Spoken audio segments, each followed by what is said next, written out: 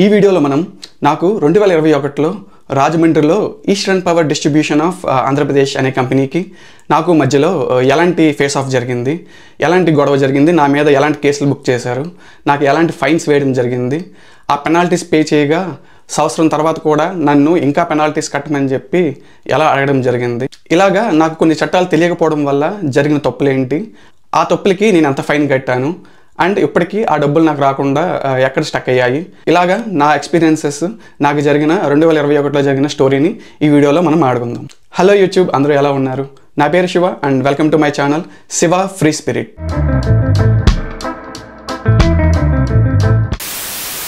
మనందరికీ తెలిసినట్టే ఎనర్జీ మన జీవితంలో చాలా కీలక పాత్ర పోషిస్తుందండి.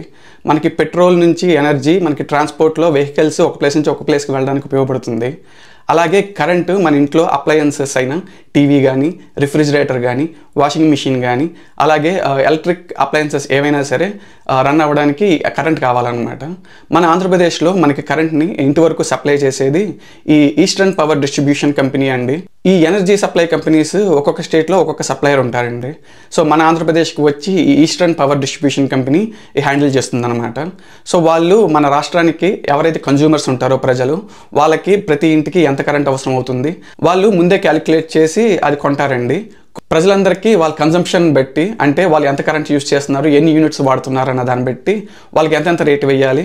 ఈ eastern power distribution company of Andhra Pradesh ఏం చేస్తుందంటే స్టేట్లో ఉన్న ప్రతి ఇంటికి, ప్రతి నియోజకవర్గానికి, ప్రతి వార్డ్ లెవెల్లో వాళ్ళు ట్రాన్స్ఫార్మర్స్ అరేంజ్ చేసి ప్రతి ఇంటికి వోల్టేజ్ అండ్ కరెంట్ కరెక్ట్గా సప్లై అయ్యేలాగా చూసుకుంటారండి. దానికి తగ్గట్టుగానే మనకి ఛార్జెస్, ఫైన్స్ వేస్తారనమాట. నేను గతంలో 2015 నుంచి బిట్కాయిన్ మైనింగ్ చేసేవాడినండి. 2017 నుంచి ఇథీరియం మైనింగ్ చేసేవాడిని. సో నేను గ్రాఫిక్ కార్డ్స్ పర్చేస్ చేసి అమెరికాలో నేను నా ఓన్ మైనింగ్ సిస్టమ్ని బిల్డ్ చేసుకున్నానండి. బిల్డ్ చేసుకుని నేను 2020 వరకు నేను మైనింగ్ చేశాను. తర్వాత ఇండియా వచ్చిన తర్వాత నేను ఇండియాకి 2020లో కంప్లీట్ మూవింగ్ అయిన తర్వాత 2021లో నాకు కొంచెం ఖాళీ అయ్యాక నా దగ్గర ఉన్న హార్డ్వేర్ అంతా మళ్ళీ రీబిల్డ్ చేసి మా ఇంట్లో మనకున్న ఇండియన్ కల్చర్కి అడాప్ట్ అయ్యేలాగా నేను బిల్డ్ చేసుకున్నానండి. ఇక్కడ నేను ఒక ఆంట్రప్రూనర్ మైండ్ సెట్తో ఉండడం వల్ల వన్స్ లాభం వచ్చాక నేను దాన్ని కంపెనీ కింద రిజిస్టర్ చేసి అండ్ దెన్ నేను లీగల్గా బిజినెస్ ఎంటిటీ బిల్డ్ చేద్దాం అనుకున్నానండి. కానీ ఈ లోపలనే నాకు మా ఈస్టర్న్ పవర్ డిస్ట్రిబ్యూషన్ నుంచి కంప్లైంట్ అండ్ కేసు ఫైల్ చేశారు. ఏంటంటే రెసిడెన్షియల్ కనెక్షన్ ఉన్న ఇంట్లో ఎక్కువ యూనిట్స్ కన్జ్యూమ్ చేశారని చెప్పి నా మీద కంప్లైంట్ చేశారనమాట. సో రాజమండ్రిలో ఏదైతే ఇల్లు ఉందో అది మా అమ్మగారి పేరు మీద ఉండడం వల్ల, అలాగే ఈ పవర్ కనెక్షన్స్ కూడా మా అమ్మగారి పేరు మీద ఉండడం వల్ల మా అమ్మగారి పేరు మీద నోటీస్ వచ్చిందండి. ఇంటికి వచ్చి మీరు రెసిడెన్షియల్ కనెక్షన్లో బిజినెస్ ఎంటిటీ రన్ చేస్తున్న కారణంగా చాలా ఫైన్ కట్టమనడం జరిగిందనమాట.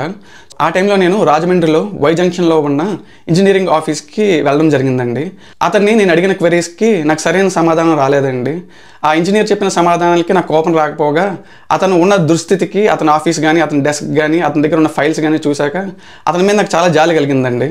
తర్వాత అక్కడ నా సమస్యకి పరిష్కారం దొరకకపోగా నేను మెయిన్ హెడ్ ఆఫీస్కి వెళ్ళడం జరిగిందండి రాజమండ్రిలో. అక్కడికి వెళ్ళాక వాళ్ళు ఏం చెప్పారంటే రూల్ ప్రకారం మీరు ఫైన్ కట్టాలండి. మీకు ఏదైనా ఇష్యూస్ ఉంటే లేదా మీరు అనుకుంటున్న ఏదైతే బిజినెస్ ప్లాన్ ఉందో అదంతా ఒక పేపర్ మీద రాసి విశాఖపట్నం అంటే వైజాగ్ హెడ్ ఆఫీస్కి మీరు లెటర్ పంపించండి. అక్కడ నుంచి కనుక మీకు రెస్పాన్స్ వస్తే మేము ఇదంతా వేవ్ ఆఫ్ చేస్తాం అని చెప్పడం జరిగింది. సో వాళ్ళు చెప్పినట్టుగానే నేను వైజాగ్కి ఒక 5 పేజీల లెటర్ ఎక్స్ప్లెనేషన్ క్లియర్గా రాశానండి. అది ఎందుకు మా అమ్మగారి పేరు మీద ఉంది, నేనేం బిజినెస్ చేస్తున్నాను, నేనేమి డేటా మోడల్ని ఆ జీపీయూస్ యూస్ చేసి బిల్డ్ చేస్తున్నాను, అండ్ ఖాళీ టైంలో నేను దాన్ని మైనింగ్కి ఎలా యూస్ చేస్తున్నాను. దాంతోపాటు నేను యూఎస్లో చేసిన నా మాస్టర్స్ డిగ్రీ, అలాగే నాకు ఇండియాలో ఉన్న నా ఎడ్యుకేషన్ క్వాలిఫికేషన్స్, నా వర్క్ ఎక్స్పీరియన్స్, నా స్కిల్స్ అన్నీ మొత్తం నా రెజ్యూమ్లో పొందుపరిచి పంపించడం జరిగింది. దానికి ఎలాంటి రెస్పాన్స్ రాకపోగా 1 year తర్వాత వాళ్ళ దగ్గర ఉన్న డిపాజిట్ సరిపోవట్లేదు, లాస్ట్ 1 year కన్సంప్షన్ చాలా ఎక్కువ ఉందని చెప్పి మరలా 53,000 దాకా నన్ను కట్టమని చెప్పి నోటీస్ పంపించడం జరిగిందండి. నా దగ్గర ఈ లాస్ట్ నేను పే చేసిన రిసిప్ట్, లాస్ట్ వచ్చిన నోటీస్ మాత్రమే నా దగ్గర ఉన్నాయి. ఫస్ట్ నుంచి ఫైల్ చేసిన కేసెస్ అని నేను లీగల్గా ఫైట్ చేద్దామని దాచానండి చాలా వరకు. తర్వాత 2024లో నేను అమెరికాకి వచ్చాక అవన్నీ నేను డిస్కార్డ్ చేయడం జరిగింది.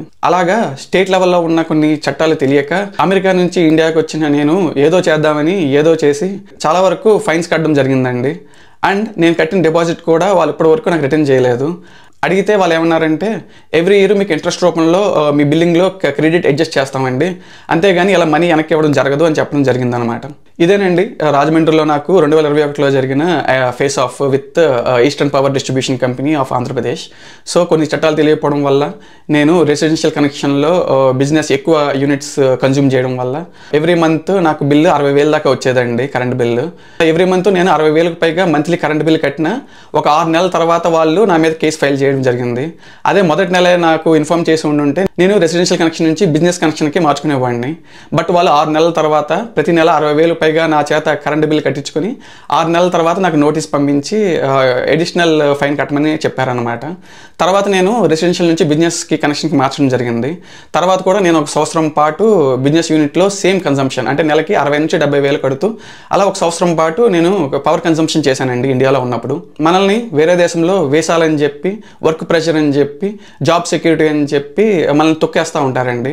మన దేశంలో ఏదో సామాజిక న్యాయం జరుగుతుంది, మన దేశంలో మన వాళ్ళు మనం సపోర్ట్ చేస్తారని అనుకుంటే మన వాళ్ళు ఇక్కడున్న చట్టాలని చూపించి నా మీద కేసు ఫైల్ చేసి నా దగ్గర ఉన్న డబ్బుని లాక్కోవడం జరిగిందండి.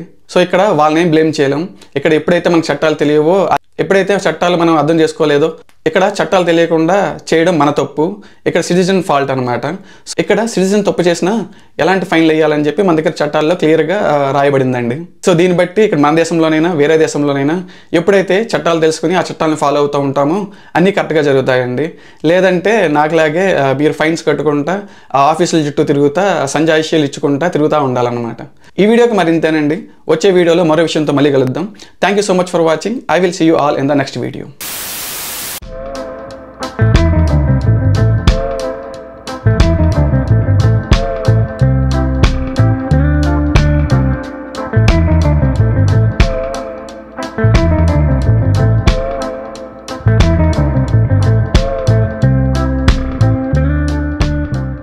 ఈ వీడియోలో మనం eastern power distribution company of ఆంధ్రప్రదేశ్కి నాకు 2021లో జరిగిన ఒక ఇన్సిడెంట్ గురించి క్లియర్గా మాట్లాడుకుందామండి.